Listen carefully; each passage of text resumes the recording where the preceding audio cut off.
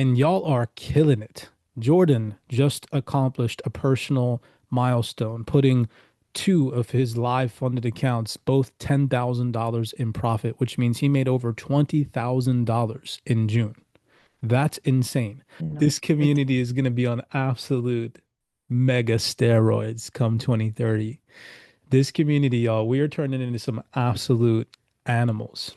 Like, so I want to start off today's call with kind of like a open discussion, open floor conversation before we get into the serious business, go over the technicals for the day.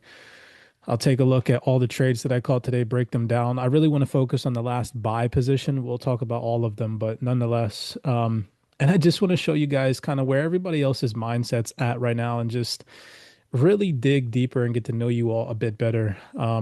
I'm just at such an interesting turning point in my life, just ignorance on the internet. And I'm seriously at this tipping point where I really want to lock in with you guys and help you all develop and just pick your brains instead of make this aimless, I got to try to get everybody to believe us content. Like, I want to really share stories and hear perspectives from you all more intently. And so I think in the month of July, that's what's going to go on the public forum a little bit more. And I don't care if the views drop. I want to record these Zoom calls and let the public hear y'all's perspective and see your growth. And hopefully that will resonate with, it's not going to be everybody, but at least a few handful of people that want to start to take these markets serious because this and what we're going through right now is insane that people don't actually know how to navigate these waters correctly, and they have hundreds of thousands of followers. So I got to start off here. It's Monday, and y'all are killing it. Jordan just accomplished a personal milestone, putting two of his live funded accounts, both $10,000 in profit, which means he made over $20,000 in June. That's insane. I remember talking to this man years ago and hearing in his voice how just serious he was going to take this. And now here we are, fast forward 3 years later, and he's literally turning his vision into a reality. If you go back maybe 2 or 3 years ago in the CYPRX content, there's recordings that I did with Jordan back in the day. And so it's just great to see. Angel, one of our funded members, absolutely killed Asia session. We had Graham come in, smack the markets. Osmandius come in and smack the markets during Asia session. We had Nick. Nick's been in this community for 2 years plus, pass another prop firm challenge. We can continue SB1 today, right? Passed the prop firm challenge, if I'm not mistaken. Just didn't get your certificate yet. You should get that by the end of market close today. Then New York session started. New York session started and this community started freaking flying. I absolutely love when I'm about to send a screenshot and I see 10 other screenshots coming after because I'm like, yes, yes, my team is winning. Let's freaking go. Look at this. Kevin smashed it. Cruz smashed it. Camille smashed it. D'Angelo, Patoy smashed it. Angel again smashed it. DeFi Crusader fucking smashed it. Yo. And meanwhile, the whole entire D'Angelo, like it keeps going. Digitrap smashed it, right?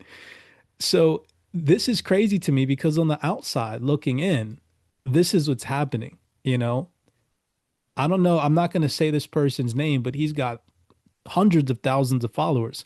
$760 billion erased from the stock market in the last 25 minutes. Damn, right? But now fast forward to today, and the market completely reversed all of those losses and went green on the day. So when we get to the technical aspect of today's call, I'm going to show you all how you have a mentor that prior to the session open analyzed that this was the most likely path of least resistance, right? I opened up 10 fundamental documents this morning from ING, from Bank of America, from Trading Economics, from Forex Factory, from Reuters Terminal, from Bloomberg. I read all of that data and I typed this shit out for you all this morning. And once we go back and we look at what I said, now you can see how the market reacted. This goes to show that you have two mentors in this community that are forward looking instead of lagging, right? Forward looking information that puts you ahead of the average retail investor so that you understand how to navigate these waters correctly. And that's what we're doing in this community. So, starting off, first, let's go to this post that I mentioned to you all, and I want to start the conversation here. So, I said, the goal isn't to be the best in the room. It's to become the version of you that your old self never could. Not louder, not flashier, not luckier, stronger in your mind and sharper in your execution. And then this is what I really want to talk about today. And I said, you don't need motivation. And the reason why I said this is because I really sat down and I thought, I know I'm always motivating other people. I'm always motivating you guys. I'm always in the DMs with you all, talking, hosting Zoom calls, and creating content that's in an attempt to motivate people. But I paused for a second and I realized I'm a successful individual, but I don't really have any like hierarchy motivation. Scalper, of course, motivates the shit out of me, but outside of that, I don't really look towards athletes or any type of other professional and endeavor and seek motivation. At least not where I'm at in my life right now. And I realized like what keeps me going because I don't wake up in the morning and not every day is a motivational day. Some days there are motivational days, some days there are not.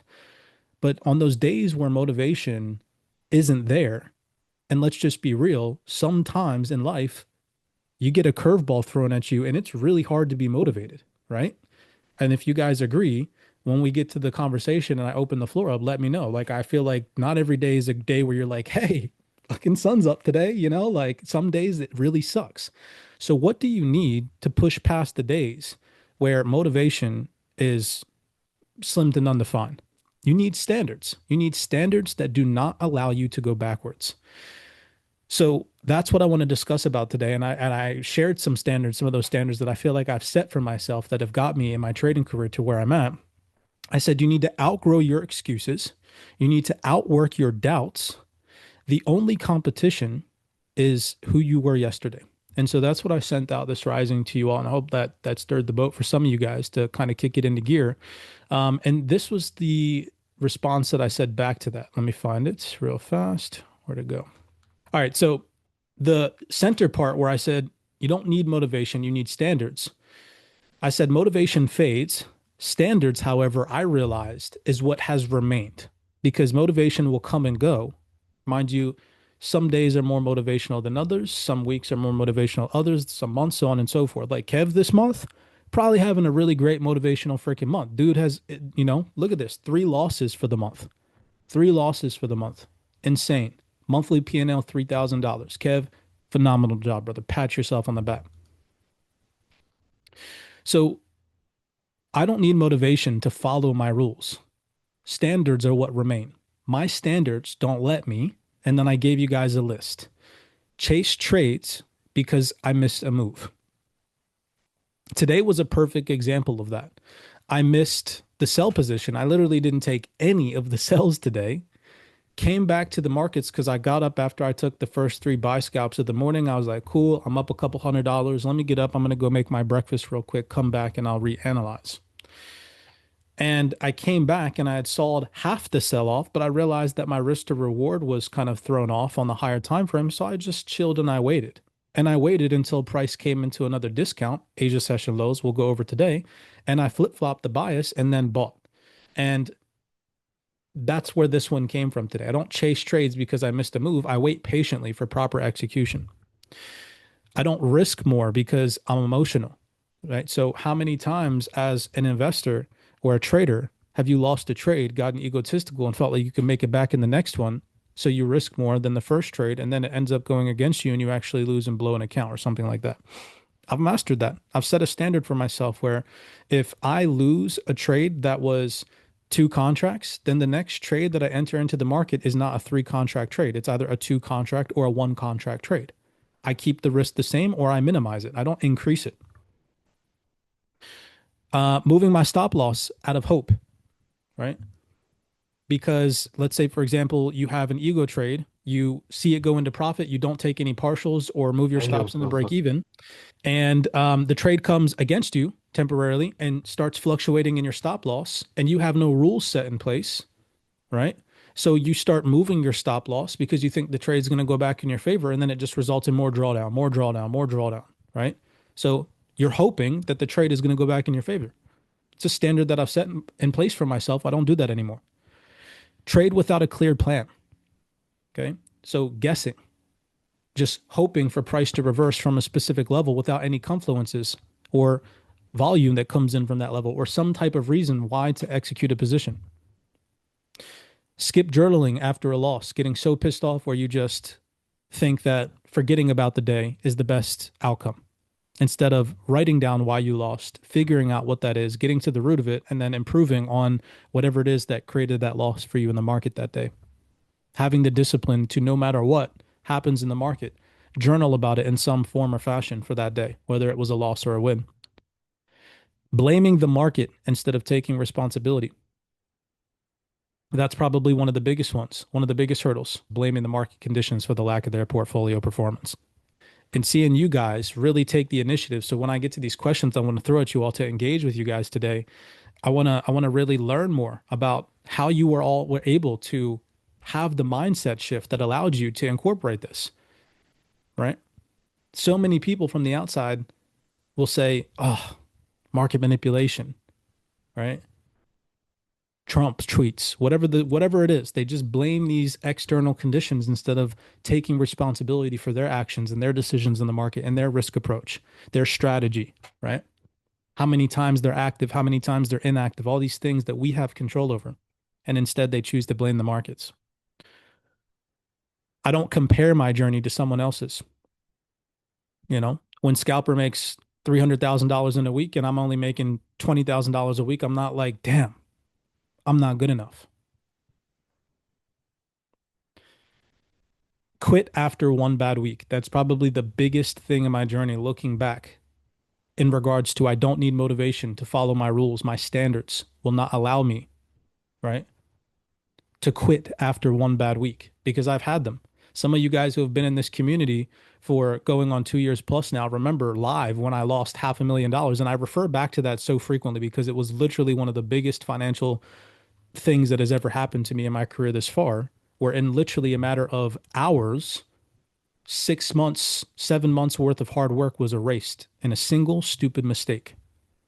And imagine if that week on that Zoom call, I was like, all right, shutting CYPRX down. This, I'm out. It's a scam. Look at all you guys now who are successful. I question, damn, would Jordan have not had this community if I would have just quit back in the day when that happened to me? Would he be where he's at right now with 20K trades? Sure, right? Of course. But did this community help propel that journey forward for him? Yeah. So why would I give up? That would be like me giving up on you guys, and that's insanity. Absolutely not. So my standards don't allow me to quit after one bad week, and neither should yours. So to finish this off, I said every decision either reinforces the person I'm becoming or the person I'm trying to leave behind. Standards, not motivation, are what make progress permanent.